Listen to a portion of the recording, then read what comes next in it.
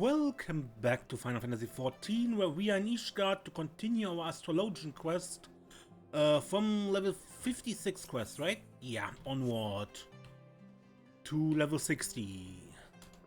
Still in New Game Plus, because I already did these quests and then lost with recordings. Good junkie nut. How do we continue? Feather in the cap. I'm happy to report that Leveva is fine and well and has been attacked by bandits, dastard skulls, Charlie and spies or disgruntled knights once since her last encounter at the convictory. After restoring health to all the convictors so they might return to getting wounded again, she journeyed northwest into the Dravanian forelands. If that journey was without incident, she should be in Tailfeather now, tending to the chocobo hunters there. Might I suggest that we go and join her, Desiree?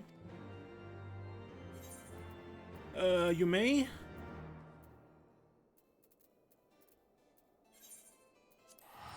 Let's teleport, or at least I will do that.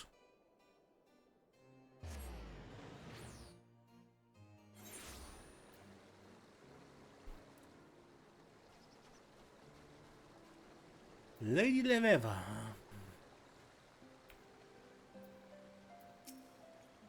Desiree, it's good to see you again. I pray you have not been neglecting your training. Now, you may be wondering why I chose Tailfeather of all places to visit next. Well, the truth of the matter is, I did not choose it at all. It chose me. The hunters here somehow heard of what we had done at the convictory and placed a formal request to have me come and tend to the hamlet's wounded. I would like to believe this proof that word of the benefit of Charlian astrology is slowly but surely spreading through the realm. But enough talk. There's still many ailing souls that require succor. Would you and Junkinat might assist me again as you did in the Western Highlands? Let me guess it's a trap?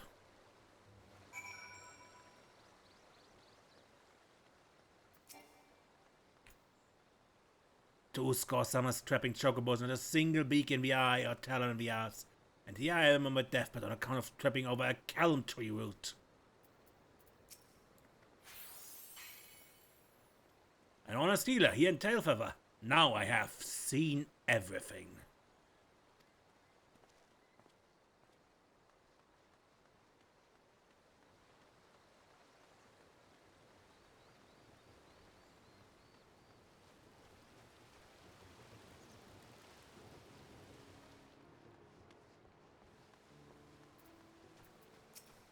Damn each and every one of the 12 to the 7 hell and back. I'm not ready to die. And you won't. Praise the 12, I'm healed.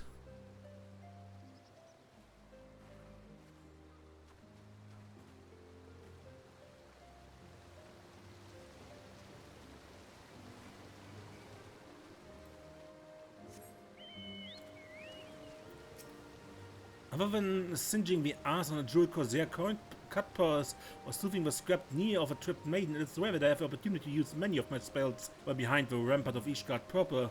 This is actually all quite exciting.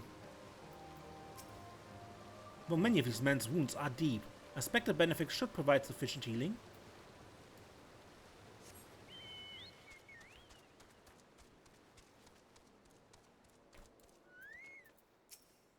The pain! Oh, the pain!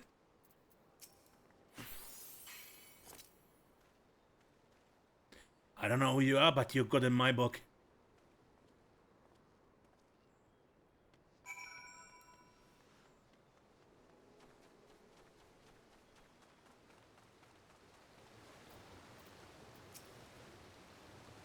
I do believe that is everyone, at least for today. These men and women have chosen a horrendously dangerous profession. A chocobo's talons can rip open flesh onto the bone, and a single kick can knock an otherwise hale hunter out for a Sen night, if he survives it.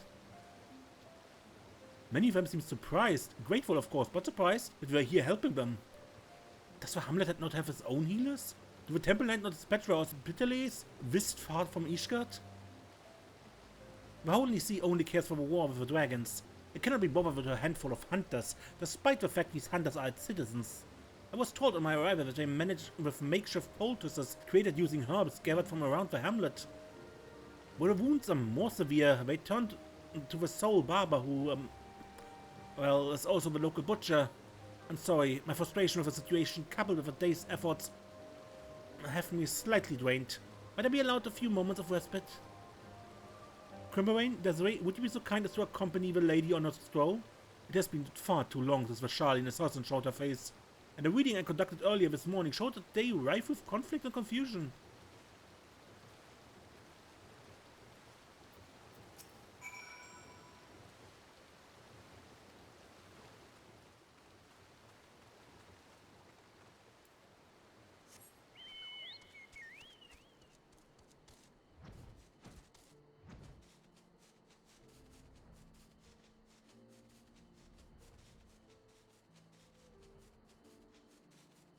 A battle!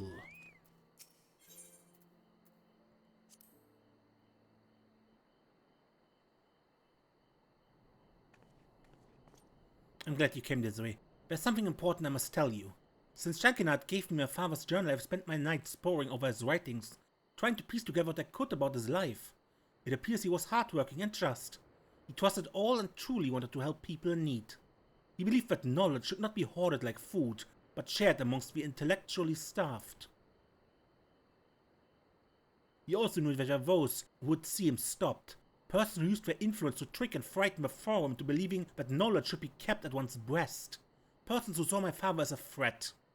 His final few entries all speak of how he feared for his life, of how one man in particular is working to see him dead.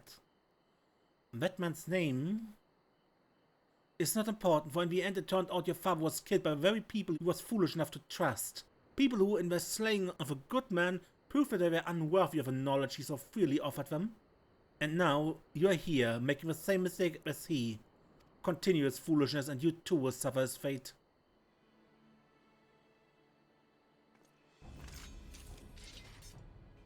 Do not dare talk of my father as if you knew him. You know nothing. Your mind is as close as the minds of those back in the old world who believe that hiding in their books will shield them from the pain and suffering of the real world. Such passion. It's a pity it remains misdirected. My employer only wishes to see you back safe and Charlian. The forum recognizes your talent. You're an asset to our nation and its people. We would have you live a long and prosperous life, so you might rise even higher than your father ever had the opportunity to. But we both know you are far too stubborn to take this gift so graciously offered. You would rather fight. And you know, so would I. No more games, Leveva. Let us end this. Right here, right now. Where precious stars is our witness. Spare no one? Not even a girl?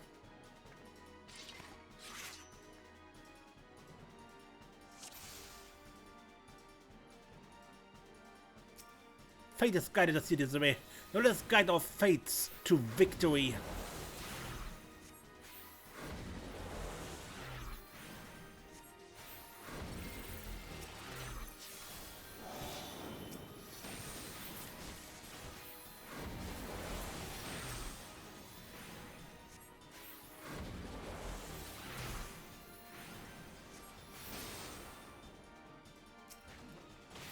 Oh, do you not think because you bested me in the past, you can do the same here? This time I come prepared. Is there no end to them?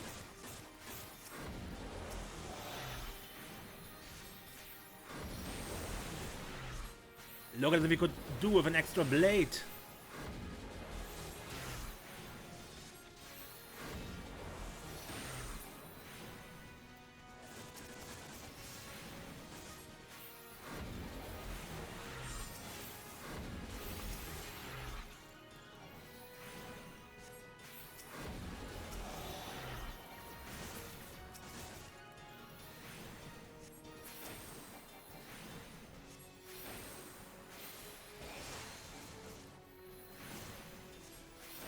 I will not die like your father did, and foreign soul at the hands of barbarians.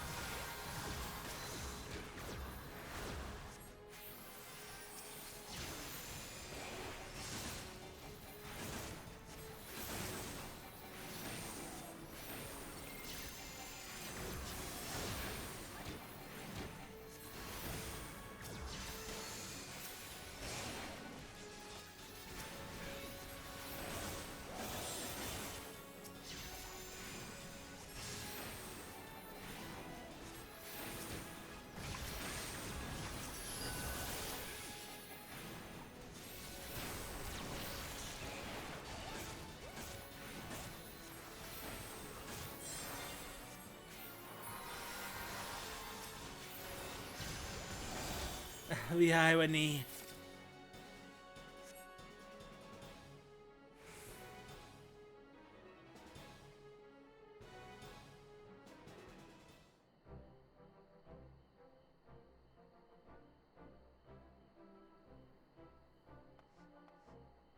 Are you alright? I heard the commotion and came as quickly as I could.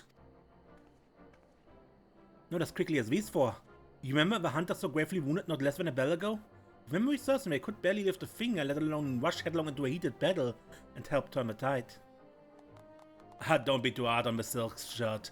Turns out we didn't need his help anyway. Would have thought, eh? Real-life fighting astrologians. Now I truly have seen everything. However, I dare say those men would not have risked their lives had they little respect for us or our craft. You're right. Our actions here have done more to promote Charlian astrology than any long-winded discourse.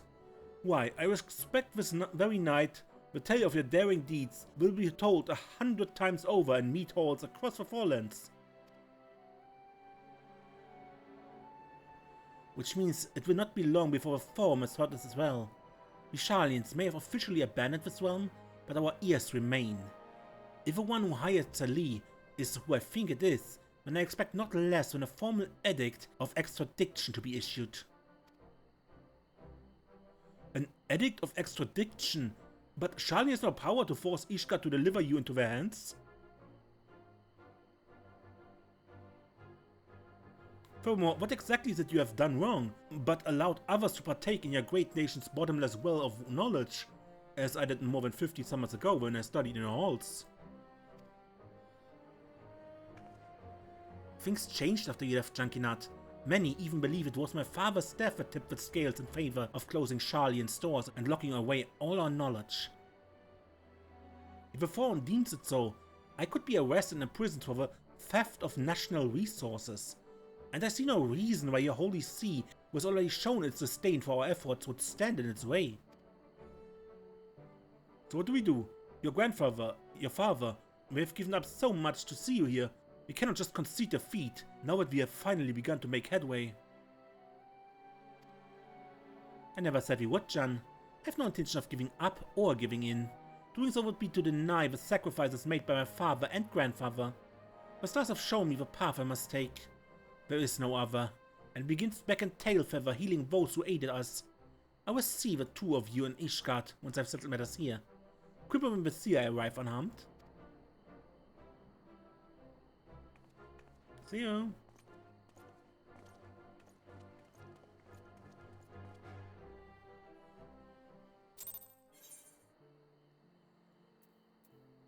And back to Ishgard.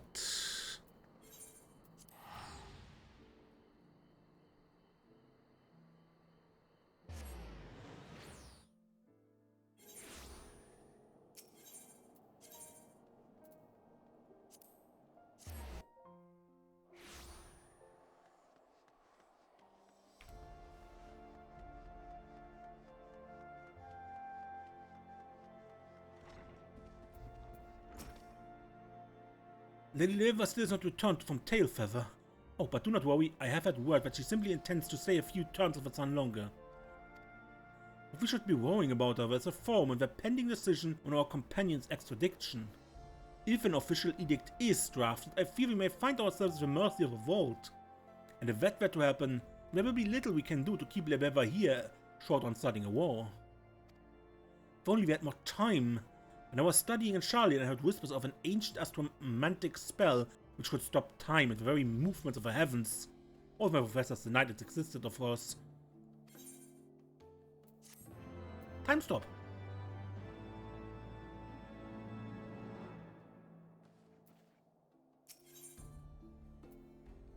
John has some exciting news. Word of Lady Weaver's charity has begun spreading, my friend. I've attended more than one luncheon where it was positively dripping off the tongues of all the good lords and ladies. And the knights? Oh, the knights. We have started rumbling about why magics that not only heal the wounded but also enhance the strength of the healthy are not being employed to save the lives of those on the front lines. Needless to say, the Vault is not amused. Their plan to have us fade into obscurity has rebounded upon them, and now they are scrambling to twist the situation to their advantage. Listen, Desiree. The vault would have us officially attend an operation currently underway in the Western Highlands village of Hemlock. The settlement was abandoned after a calamity and has since been overrun with beasts of all manner. The Holy See seeks to reclaim it, and my uncle, the Count, has generously volunteered his knights to clear the area of any remaining threats. It is win-win for the vault. The operation is small enough and far enough away from the capital that even if it is a success, no one will pay it half a mind. But the vault will be able to say that they answered the pleas of the knights. If for any reason the operation were to fail, then the vault would be able to attribute the failure to the Astrologian presence and turn the high houses against Lady Liviver. I spoke with the lady about this, but she said she was not interested in the politics of the situation, only that it was her duty to aid people in need. We should speak with her, and soon. Let's make haste to Hemlock. So, back into the Central Highlands. No, the Western Highlands.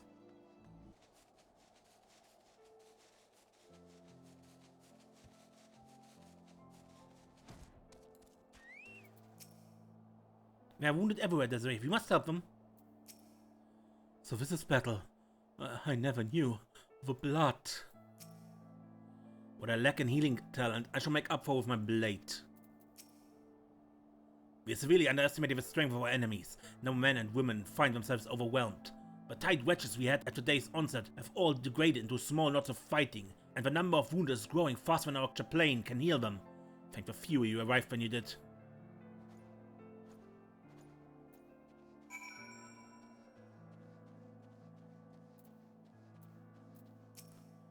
So dark. Why so dark? Are we fighting during the day? The clock says no.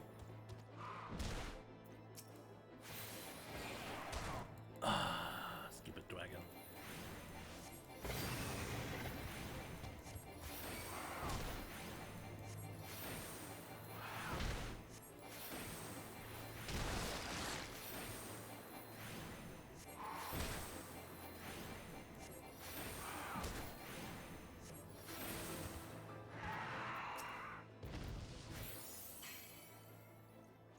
Where am I? Where's my company? I must return to them.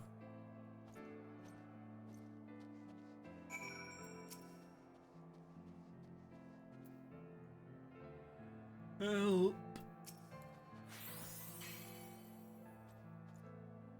I shan't forget this, Astrologian. I'm forever in your debt.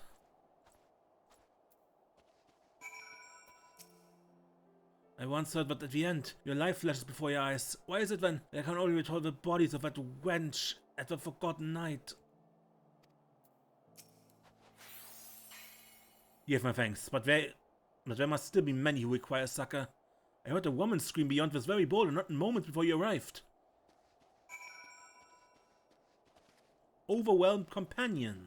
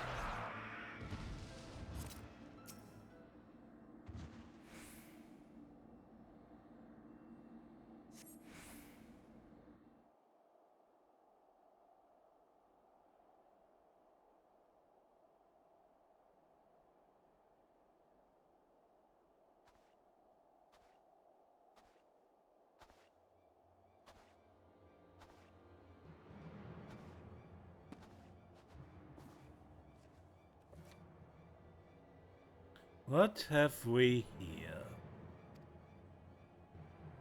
Sylvester? You who vowed never to set foot in this barbarian land again? Unless... Clever girl. Yes, it was I who hired Celie to bring you back to Charlian. And if you had come back with us quietly, you would have been free right now rather than a wanted criminal facing a trial, imprisonment, even execution. Depending what you have told these tamed savages of yours. Yes, my dear, I offered you a chance and you foolishly refused it. The edict has been issued and I'm here to collect you.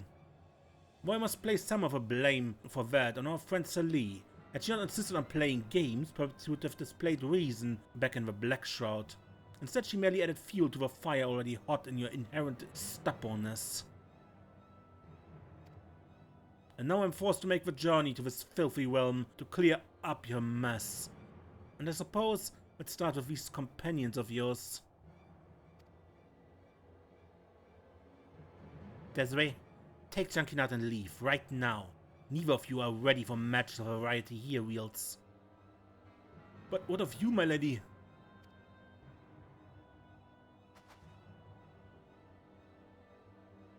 I'm going to reclaim my father's journal. Brave. Your father was brave. Your father is also dead. Lady Leveva!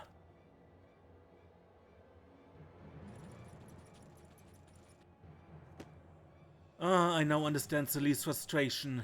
This realm is truly overrun with vermin. How we suffered here for so long I will never know. Very well, Leveva. You leave me no choice. You may already know we have questioned Mace regarding your unauthorized passage into Eorzea. What you may not know is that we still hold him in the dark cells. Just as a precautionary measure, of course. We would not want to see him flee again before the trial. Now, your grandfather is not as spry as he used to be, and I'm uncertain how long the sanity of a man of his age will last in complete darkness. But the longer you delay, the closer we come to finding out. If you wish to see your grandfather released, you will come to the abandoned city in the Dravanian hinterlands. There my airship will be waiting to take you back to the old world, where you will be tried. Fairly, of course. I suppose you could run, but know that doing so would have grave consequences for your grandfather, and possibly your mother as well. And you would still eventually find you.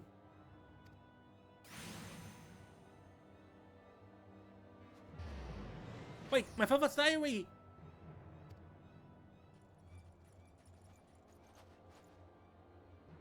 You may still be close, wait here.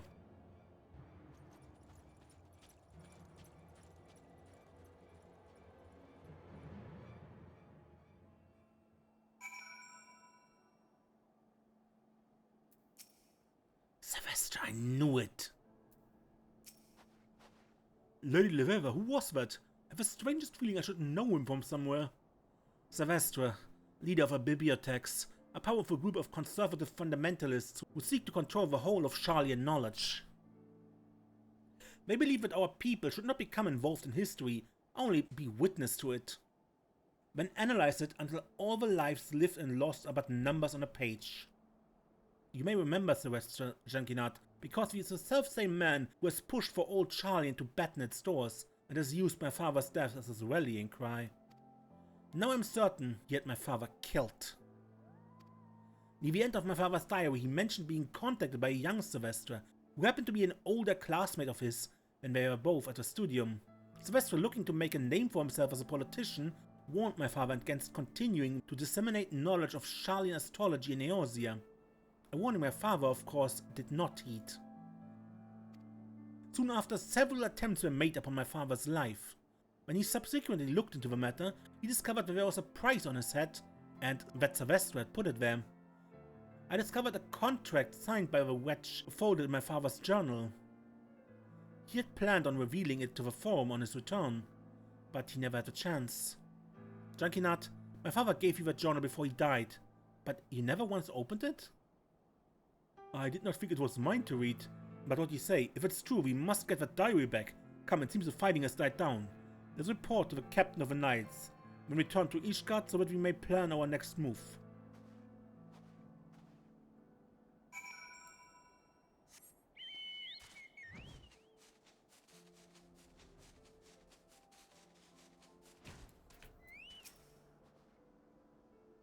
I do not know what to believe anymore. We must report to the captain and then hasten back to Ishgard. Perhaps then we can attempt to make sense of all that has befallen us here today. Sylvester, I knew it. Many lives are saved because of you. If this is what we can expect from Sharlayan astrology, I see no reason why we shouldn't have knights trained in the field. I will recommend this to the Lord Commander. I suspect he will be pleased to see the day won with so few casualties.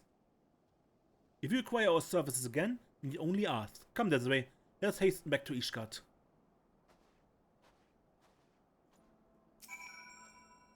I applaud you and your companions on a battle well fought. We knights do not forget the bravery shown by our allies.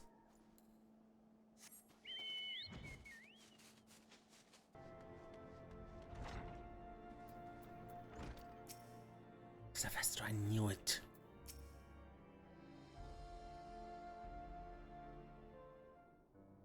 Moments ago, we received a missive from the commander of my father's guard. He thanked us again for our assistance in Hemlock and has formally requested that Lady Velva train several of his knights in Charlian astrology. The vault, however, remains silent, and I believe the silence to be calculated. If the edict issued for Lady Velva's extradition has arrived, they need only turn a blind eye to Sylvester's actions until he has spirited the lady from the realm, and people simply forget she was ever here. But we're not going to let that happen, are we, my lady? I'm sorry, Junkie Nut, but I no longer see how we cannot. Sylvester has my grandfather. He has threatened to take my mother, and he now has the only thing that could have saved them both, my father's journal. No, Junkie Nut, I cannot deny my fate any longer. I've done several readings since our return, and everyone is the same. Deceit, manipulation, submission. My path is clear. You, however, can carry on. Sylvester has no authority over you. Or you, Desiree. See that my father's dream is fulfilled. Promise me that much. I shall promise you that and more, my lady. Quibble when I will see you to the place of meeting, and do whatever possible to make certain that Sylvester keeps his word. You know that by attending me, you put yourself in danger. He has shown he will not hesitate to kill anyone who stands in his way, and now that he knows I know of his involvement in my father's death. But still, you would stand by my side in my last moments in Eorzea? I do not deserve friends such as you. Desiree, Aether is the building block of all that surrounds us, meaning that everything is connected. Someone closely attuned to that Aether can, in a sense, link themselves with others. Feeling their joy, feeling their pain. Scholars of the soul call this empathy. Crystal gazers and card readers call it the Wheel of Fortune. We astrologians call it collective unconsciousness. Whatever you call it, I feel that bond with you. Both of you. Thank you.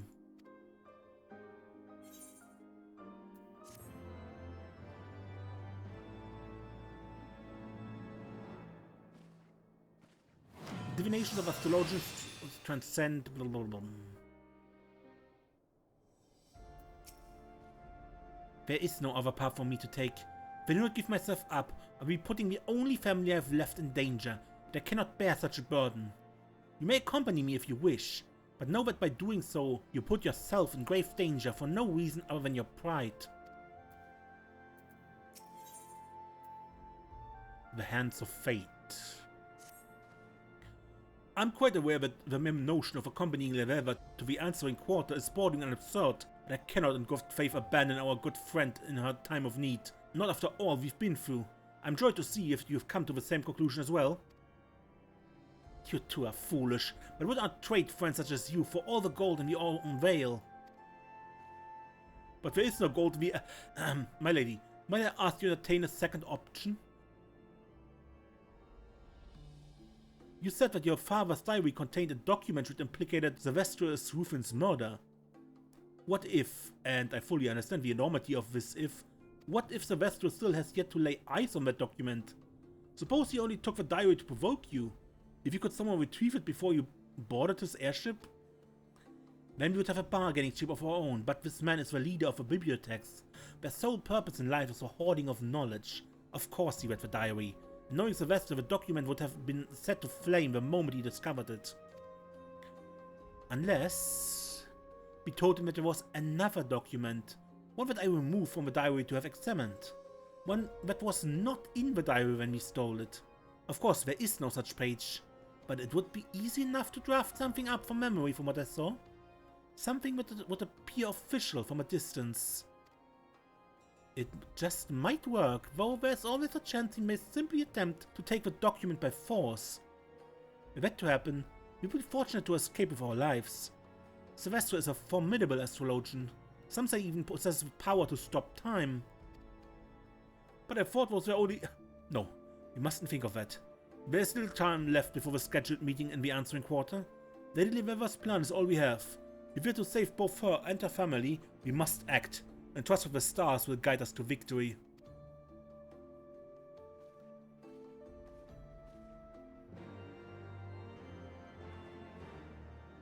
And that means go to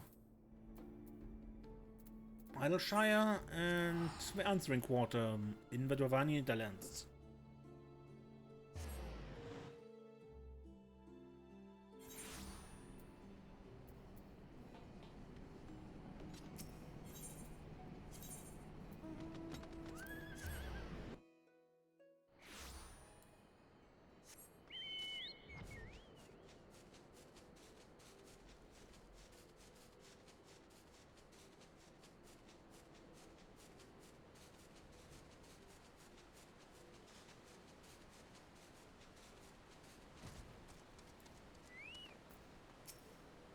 This is where my people lived, where my father was born and raised, where he became an astrologian, where he took his first steps on the path that would lead us all here.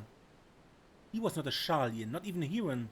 He was an Eonsian, like Junkinat and Crimpering. Even you, Desiree. What happened here? Nigh on 15 summers have come and gone since I last set foot on the paths of contemplation. Yet this place appears as if it hadn't been inhabited for centuries. Nature is the greatest of levelers, Junkinat. She provides us with what we need, but when we are done with it, she is quick to take back what is, and has always been rightfully hers. There's still time before Sylvester is to arrive. I would like to take a walk and see where my father lived. Just knowing that I tread the same ground as he may grant my mind peace. Well, then might I suggest a route for a garden directly to the south of here? Your father and I would spend many a night there gazing up at the stars and prattling on about our dreams into the small hours. It is where you first told me of your mother, your birth mother, not the aunt who cared for you after Lady Berde died in labor, and the child she was carrying.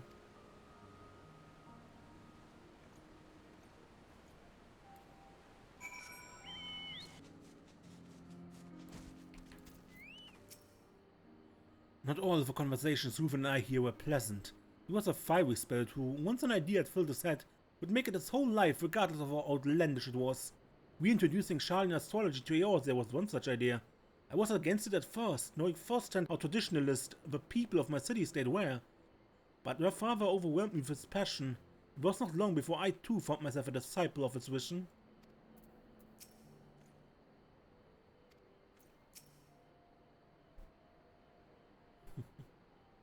Nice memories. I wonder if my father knew that one day I would be here, standing under the same sky he did.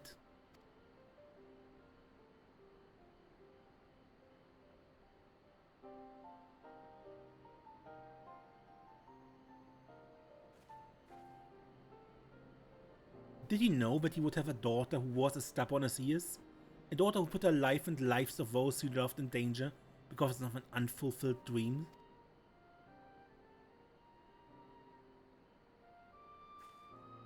I think he did. And I think if he were here now, he would be proud. Proud that I at least tried. Proud that I did not let fate control me, but that I rather walked hand in hand with that fate down a path my father left, not only for me, but for all those who would carry in their hearts the same dream. I believe he would be as well, Lady River, though I did not fully realize it until recently, these past few moons. It has been as if Rufin was here by my side once again. The passion, the stubbornness, the talent. I do not think he would stand idly by as Sylvester had his way, so I believe neither should we.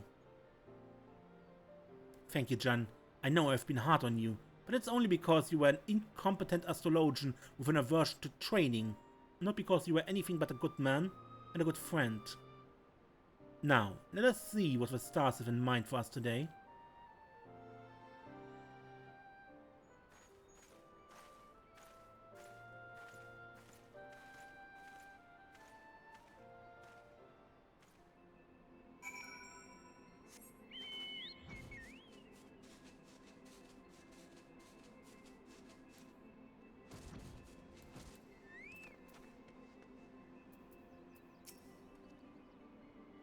Fate is but a suggestion, remember that.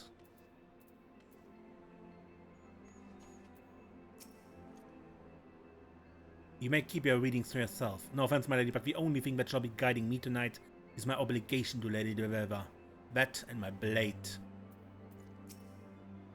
Sylvester is not a man to be late. He will be here.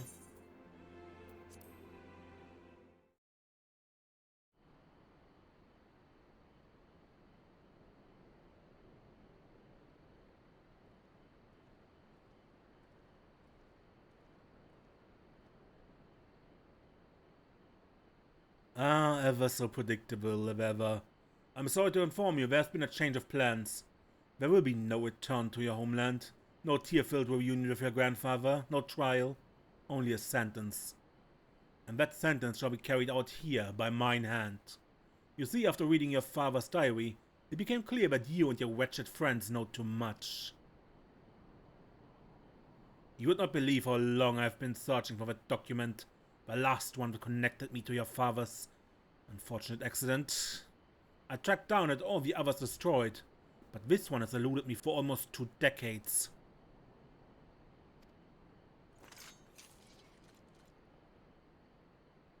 The last? Shan't Desiree, it appears we are left with but a single path. There was only ever one, my lady, and we shall see it to the end.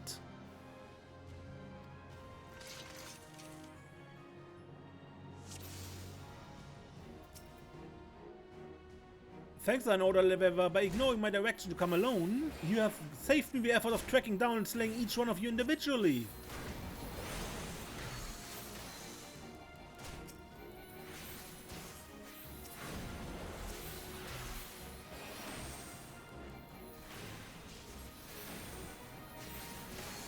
More goons!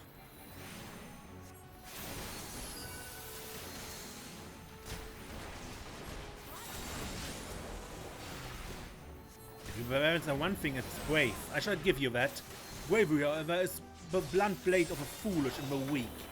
Let me show you why barbarians cannot be allowed to have this knowledge.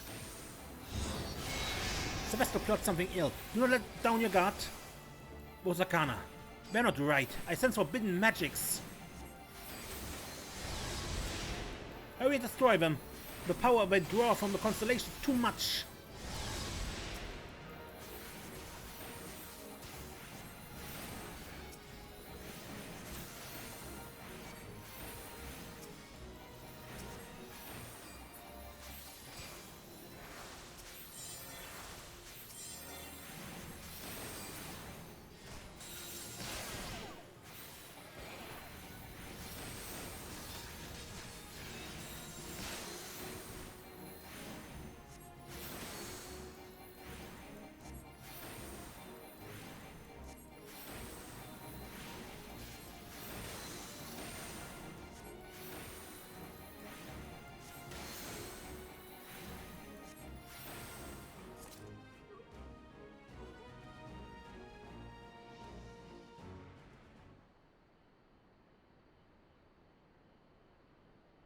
Wait, if you wish to see your grandfather live, you will not kill me.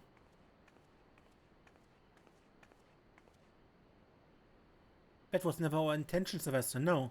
I wanted to ask a few simple favors. The first being the return of my father's diary. You will then send word back to the old world to have my grandfather released immediately. And finally, you will return to Charlie and report to the throne that I have disappeared and am presumed deceased. Fail to do these things and I shall tell the forum all I know of your involvement in my father's death. I doubt they will be as generous with her mercy as I.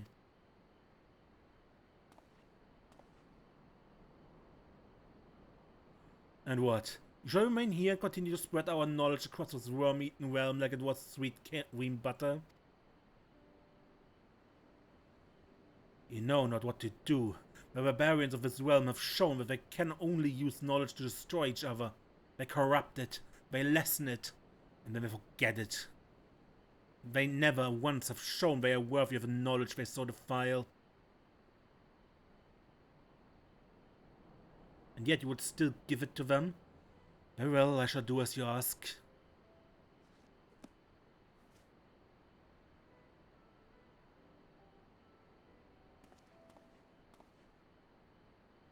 But know that the forum is ever listening, ever watching. Should you continue your escapades here in Ishgard, they will find out. And they will send others until they've succeeded where I have failed.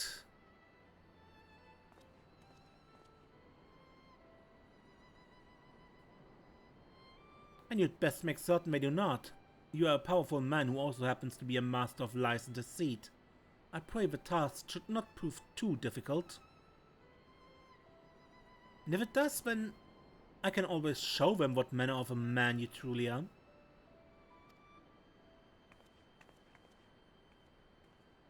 I do not think there will be any need for that. Sylvester, however wicked, is not a fool. He will not sacrifice what he has spent the past 2 decades building over a girl he, even with respect to the kobolds, sees as inferior. Especially if you have offered him a means of accomplishing it without causing him to lose faith. His pride of course will ache, but it's not a little wine cannot cure.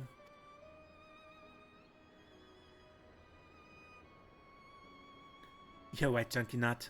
Something I never thought I would admit, at least out loud. So does this mean you will remain in the sea and continue your teachings? Of course I will. There's a pending contract with House Duran there, my obligations to the convictors and the hunters of Tailfeather, and then of course, there's a matter of your incomplete training. If memory serves me, you have still only opened half of the Heaven's Gates.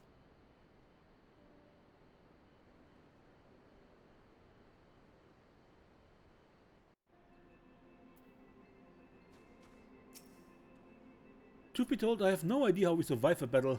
Think of it a moment. Sylvester could stop time! Perhaps fate was stronger pull than I imagined, or perhaps I merely evolved into an all-powerful Astrologian, likely the former. No, I think we interrupted him with his long-casting spell. I think that was a time stop. But we defeated him before it was over. Probably because I'm actually with a start of Stormblood equipment, which would be not the highest you can have at token gear, but for Heavensward, but pretty close. We never saw it, unfortunately. You may recall a time when I pulled my lady aside and spoke of how I did not trust my master's heathen magic. Well, I still do not trust his, but I live ever on yours.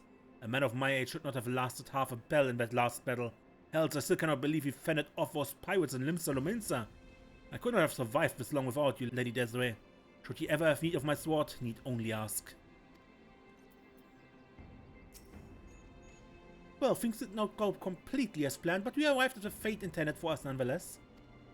Now the question is, what do we do with this fate we have been granted? I believe this warrants another reading, but perhaps after we had a bite to eat.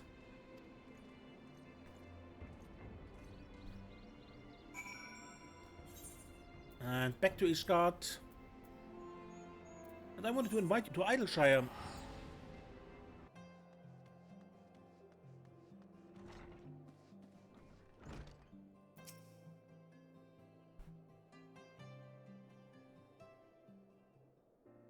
Ah, Desiree, we are just in time to greet the Phenom's newest member.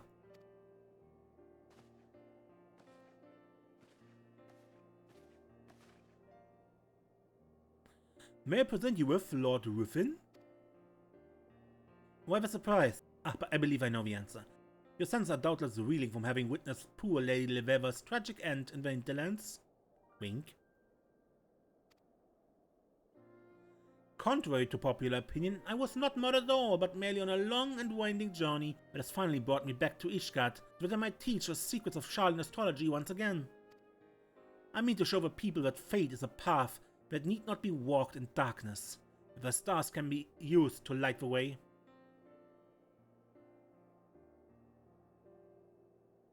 And my first lesson, that those who oppose with celestial guidance shall find their foes burning on and on without end.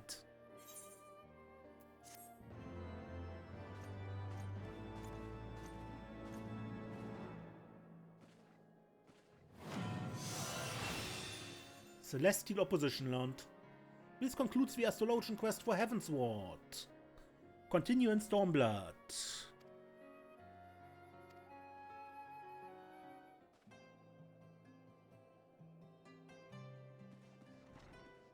Good, and that was that. Now we have Lord Rufin. Is she visible? Somewhere? Apparently not. Lord Rufin will soon find that her disguise has not fooled anyone. A quick cut and tussle doesn't change the fact that her hair is still purple.